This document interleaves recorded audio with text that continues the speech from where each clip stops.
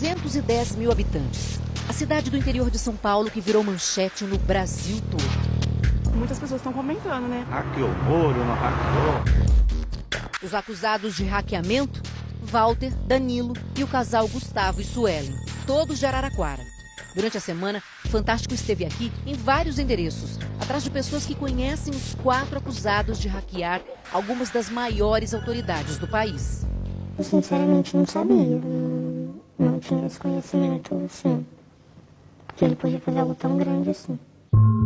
Quem fala é uma jovem que conheceu Walter Delgatti Neto, de 30 anos, o Vermelho, principal suspeito dos hackeamentos. Ele tinha uma profissão, uma ocupação?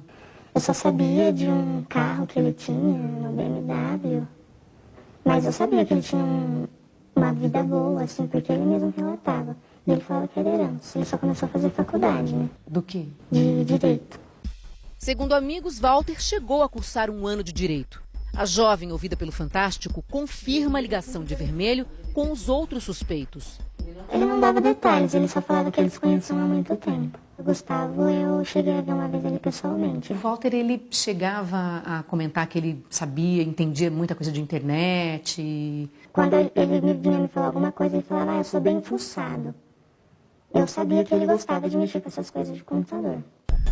Walter chegou a morar com a avó em Araraquara. Vira e mexe, a polícia aparece por aqui. O que acontece? Vê se ele tá, ele não tá, eles vão embora, né? Em 2015, a Delegacia da Mulher de Araraquara recebeu uma jovem de 17 anos, a namorada do irmão de Walter. Ela contou que foi dopada e estuprada por ele. Ela disse que Walter filmou a relação sexual e espalhou o vídeo para amigos dela. Depois, a jovem mudou a versão e negou o estupro. O caso foi arquivado. Antes do arquivamento, a polícia veio até o apartamento de Walter, nesse prédio, e acabou descobrindo outro crime. Aqui, a polícia apreendeu vários medicamentos controlados, receitas médicas e também uma carteirinha de estudante de medicina da Universidade de São Paulo. Na época, Walter disse que tinha carteirinha para pagar meia entrada no cinema e também para enganar as meninas, dizendo que era estudante de medicina. Por causa disso, ele foi preso por documento falso e também por tráfico de substâncias. Na garagem do prédio, os policiais encontraram uma BMW sem as rodas. Walter foi preso novamente em 2015, quando tentou entrar sem pagar no Parque Beto Carreiro, em Santa Catarina, usando uma carteira falsa de delegado de polícia. Nessa viagem, Walter estava com Gustavo Henrique Elias Santos e a namorada dele, Suelen Priscila de Oliveira, o casal que também é acusado de participar do hackeamento de autoridades.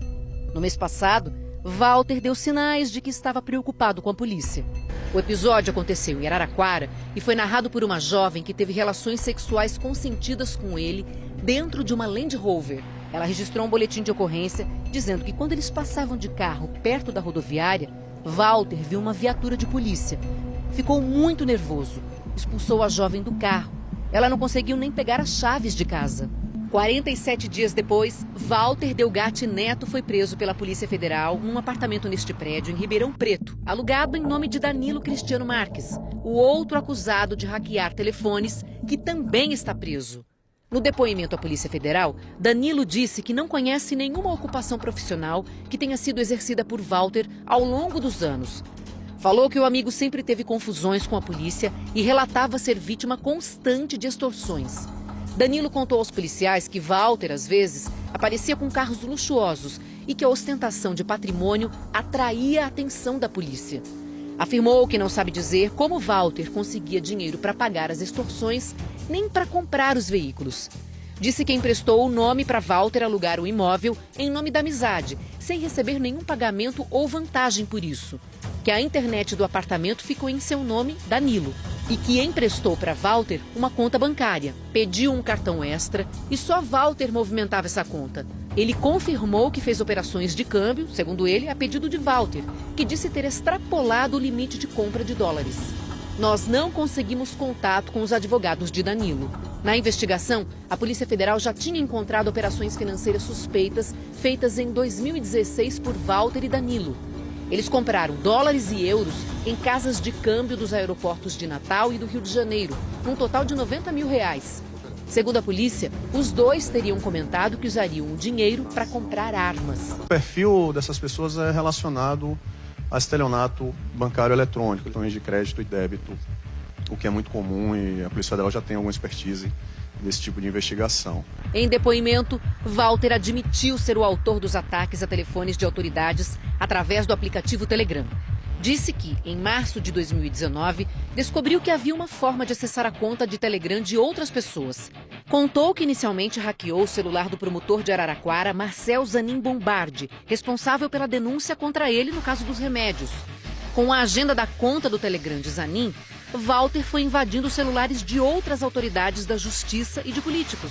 De agenda em agenda, conseguiu hackear as contas de Telegram de membros da Força Tarefa da Lava Jato no Paraná, entre eles o procurador Deltan Dallagnol. Walter disse que através do celular de Dallagnol chegou ao número de telefone utilizado pelo ministro Sérgio Moro. O hacker disse que resolveu procurar o jornalista Glenn Greenwald para enviar o conteúdo do Telegram dos procuradores da Lava Jato.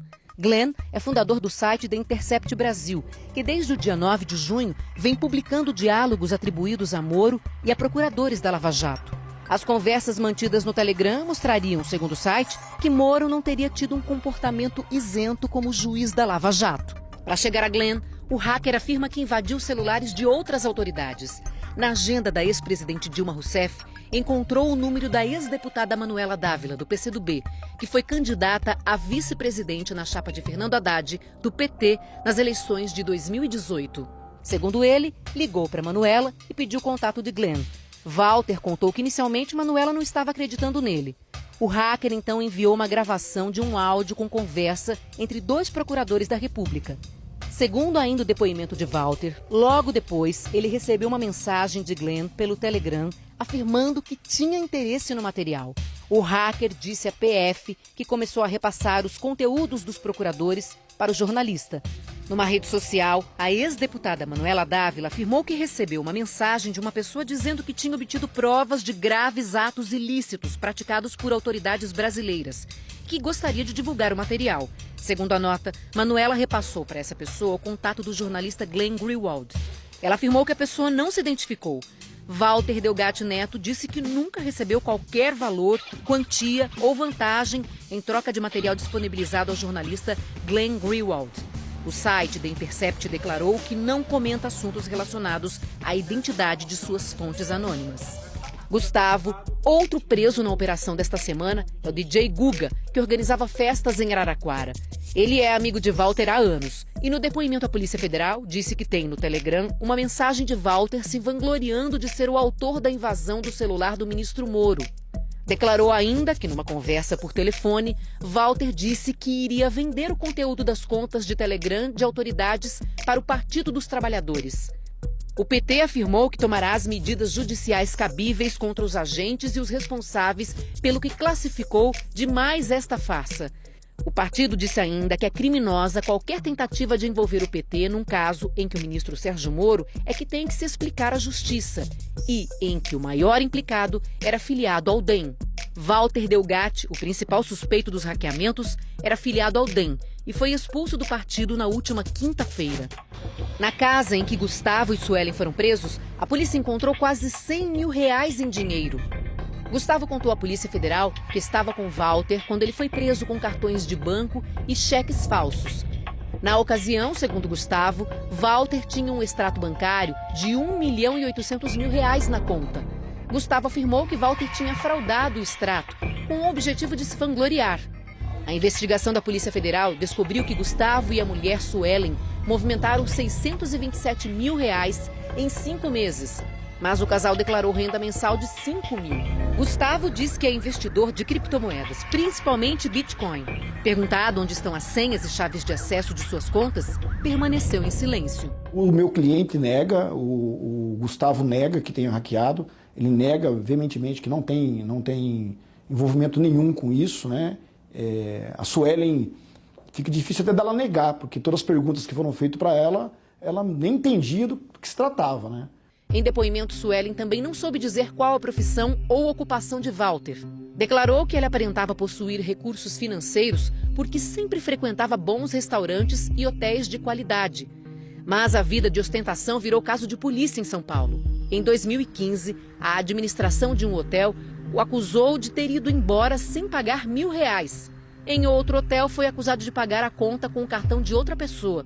O hotel procurou o dono do cartão, que disse que Walter era um estelionatário. A jovem de Araraquara, que conheceu Walter, foi vítima de hackeamento este ano. Exatamente no dia 22 de maio, eu recebi uma ligação do meu próprio número. E aí o Telegram também me enviou uma mensagem dizendo que eu estava querendo o código de acesso, uma coincidência muito estranha mesmo. Então o telefone hackeado no mesmo período, uma semana antes que o Sérgio Moro teve. Ela chegou a desconfiar que Walter pudesse ser o responsável por isso. Pode ser que tenha uma relação. Pode ser que tenha uma relação, sim, eu creio que sim.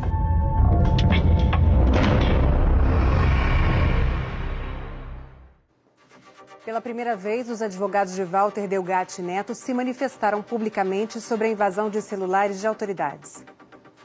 Em nota, os advogados dizem que Walter Delgatti Neto avalia que o sigilo no Brasil é frágil e que ele invadiu celulares de autoridades para testar falhas de segurança de aplicativos.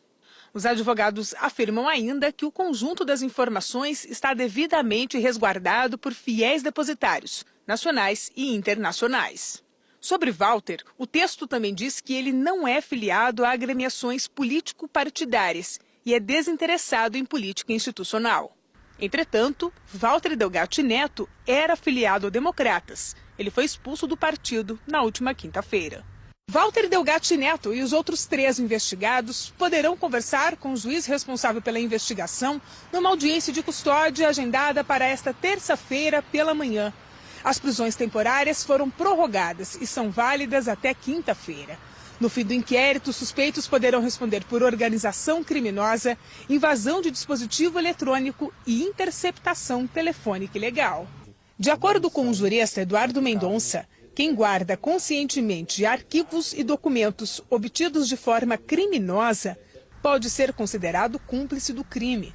O jurista explica que o Código Penal define que quem colabora de qualquer forma para o crime é cúmplice e que a medida da colaboração definirá a dimensão da culpabilidade.